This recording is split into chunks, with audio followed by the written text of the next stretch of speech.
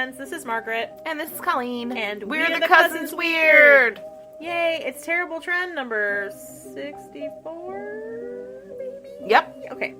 All right. No, 65. 65.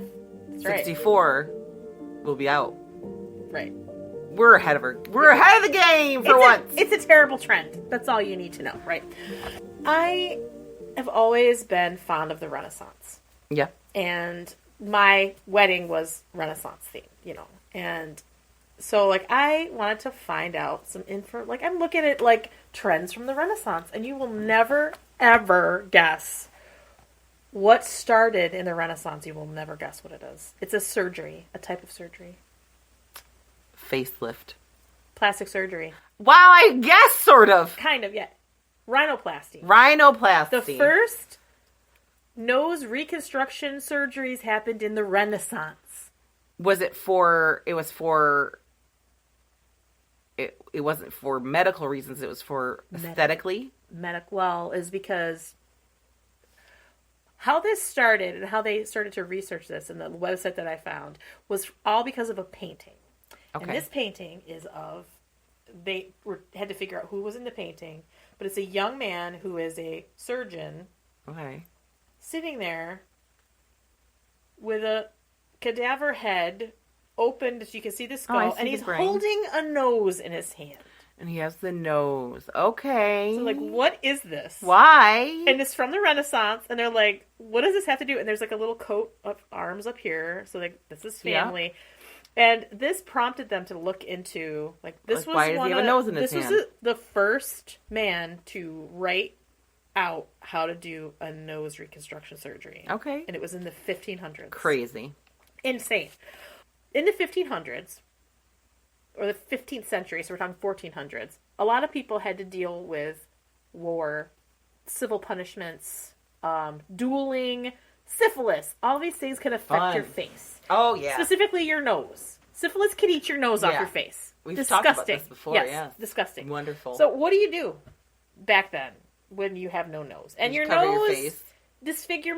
facial disfigurement is hard enough, but if it's your nose, it's like the focal point of your face. Yeah. So people would get, if you could afford it, you would have a prosthetic nose made, and a lot of times they're made of silver or gold, and they were tied onto your face with a leather strap. So you have this fake nose. Tied on your face. Yes. I mean, you probably make one out of leather and like tie it on your head. But if you needed surgery in the 15th century, you would go to a barber-surgeon. Right. That was the thing. The barber-surgeons. Yes.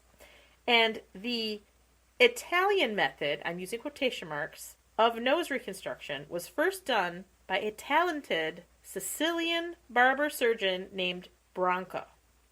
Just one name is all they give me. How he did this, and he was very secretive about his method, but they've pieced together, they don't know exactly how he did it, and the timing and everything, and they just kind of know the basic procedure. It was to cut a flap of skin on the inside bicep, right about here on your arm, where your bicep is. Cut a flap of skin in the shape of a nose, attached on the bottom, but open on the top. And they'd let that sit unattached flapping for in the wind. A span of time that's not, they didn't say how long, right? Just flapping in the wind. Right. And after a specific amount of time, not specified, the detached part would be sutured to your head, nasal stump right here, and a splint would hold your arm in place. So this skin is live skin would grow, still attached to your bicep and sewn to your face. And the splint, because they found pictures of this in a medical book that was written in the time. Oh my god. It's insane, Colleen, to see what this looked like. Oh my god! You gotta live your life like that for a while? For weeks! Weeks, Colleen. Not to mention, they don't sanitize anything. So you have an open wound. But I mean, it's just, they just cut the skin, right? And they just sew it to your stump. And they sew it to your face and wait a couple of weeks. And then detach it. We'll just see if it takes, right? Then they detach it from your arm. And just take the bottom part and fold it up and create a nose hood. And then sew it to the rest of your face. Wow. Right. I'm sure leeches were involved. It's kind of smart in a way. Yeah. But without it's smart and not at the same time because they don't know about bacteria and Well, it's smart for what they had. right. And there are cases that said it was effective, but like one guy wrote about it, one doctor, let me see here. This method was successfully achieved in 1460 by a German barber surgeon named, the worst name I've ever tried to pronounce in my whole entire life, Phosphopund. What? Yeah, P-F-O-S-L-P-E-U-N-D-T. That's the guy's name. I'm not. How do you say that? I don't know how you say that. Yeah. Pnunt.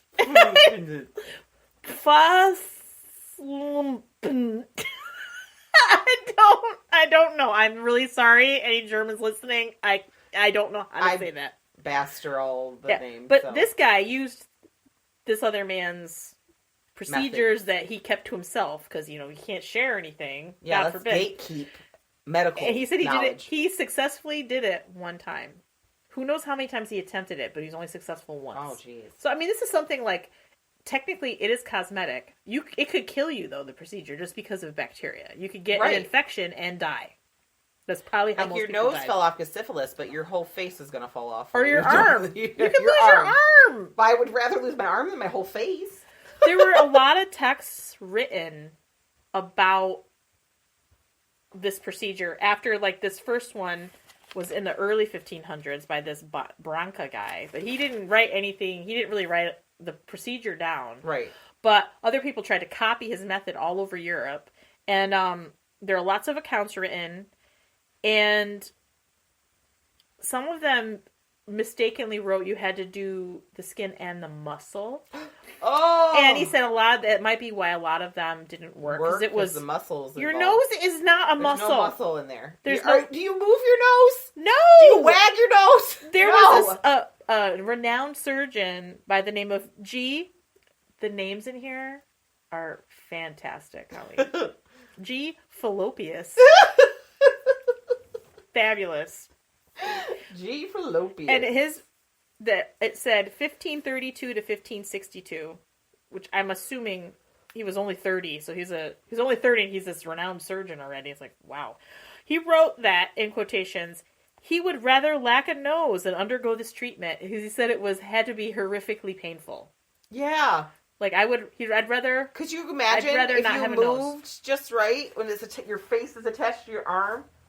Like, first of all, your shoulder's going to kill you. But if you're using the muscle, it's going to hurt even more. Oh, it's going to be atrocious. Horrific pain. And, what if someone bumped into you? Here's another picture of post-surgery. It's a drawing, obviously. Oh. The nice nose. This is a guy with no nose with just a flap of skin hanging. Oh. Yeah. I don't like any of that. Oh, there you go. Gross. But back to this portrait, they figured out it was a man, a barber surgeon, by the name of Gaspare Tagliacozzi, born in 1545 to 1599. He was a young professor of surgery and anatomy at the University of Bologna. I'm not going to no doctor that went to the University of Bologna. Bologna. Like, that's how you say bologna, right? Yeah. That's how you spell it. And I'm like, I saw that, I'm like, I need the doctor of Bologna in my story 100%. First the Fallopius, Dr. Fallopius, and then the doctor that went to the school of Bologna. Where did you go to school? Bologna. Bologna. Yeah. University of Bologna. In Italy. It's sure it's still there. But yeah, Bologna. That's funny. I knew you'd love that. I loved it too. He is known as the founder of plastic surgery. Okay. He was the first doctor to write a whole book about plastic surgery.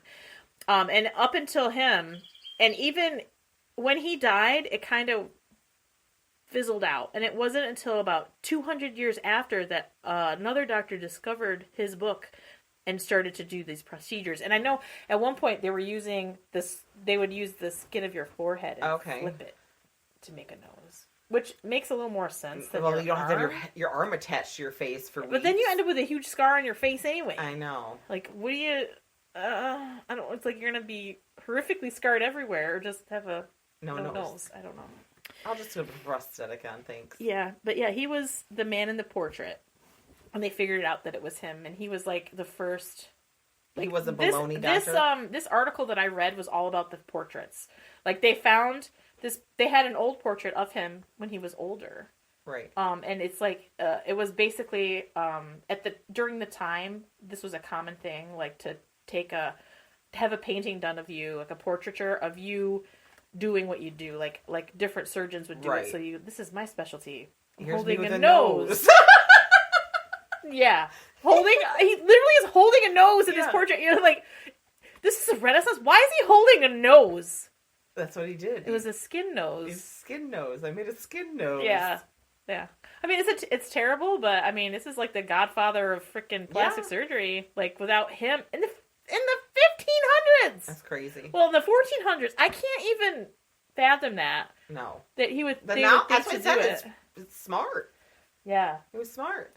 Now, my brother had basal cell carcinoma on his nose, and he had to have part of his nose removed, and they used skin from his butt or thigh and put it there, and you never would even know the difference. Well, I think it's a lot to do with, like, hair growth and pores. Yeah. Pore size and hair growth. And the thigh, maybe the inner thigh. Inner thigh. Yeah, because there's no hair doesn't normally grow there. Unless, like, some men have hairy butts, so I don't know. I don't have hairy butt. So. What? I don't have a hairy butt. I said I have a hairy butt. I'm like, well, that's something to it. I don't have hair. I have no hair really anywhere but my armpits. And even there, I don't have a lot. But I don't have hair on my butt. I mean... I have hair on my legs and my thighs. Yeah. But not my butt. No. No, so you could take my butt cheek skin and put it on my face. Yeah, my butt cheek skin would work on my face. Yeah. You just touched my ass. Well, that's what he said, but I was all upset when he was telling me about it. This is a long time ago. It was like, 10 years ago or something. And I was all upset. He was like, oh, now you can really call me a brown noser. Or he was like coming up with these stupid things to say because he was going to have his butt on his face. On his face. He called me an ass hat. Or ass I don't know, ass face. Ass face. He was funny. I'm like, why are you cheering me up about your cancer? Well, that was my little story about nose surgeries in the Renaissance. The first plastic surgery. Well, like I said, it's pretty genius. Yeah. Think about. The first, like, written down, like, where they actually did it multiple times. I'm sure, like, the Egyptians probably did shit because they were pretty advanced. Well, and they would use, like... But I think it's pretty genius to think that they realized that they had to use their own skin, and this guy thought to, like, leave it attached to both. I mean, I can't, like... You'll see a drawing of this apparatus that they made you wear. Because, I mean, it's literally your face. You really have to be perfectly like, bend your arm so your nose is touching your bicep. And that's how you had to stay for weeks. And until they thought the graft took on your face. Obviously, the contraption had to keep you perfectly stable because you could not move. I would die. Oh, I wouldn't be able to do it. How did they eat? Somebody fed them. Must be. This is like they were starting to have people stay like at the hospital, at the universities, yeah, which I'm sure weren't clean, and I don't think that they washed their hands. And the sad thing is, like, I don't know if this point in time was, but a lot of times when things were being tried or experimented with, it was on poor people or people of color, slave people that were enslaved. I'm sure they did do this on poor people that had syphilis. Or people that, like, were, like, criminals. Right. Because they, like, getting your nose chopped off was something that would happen as a punishment. Yeah.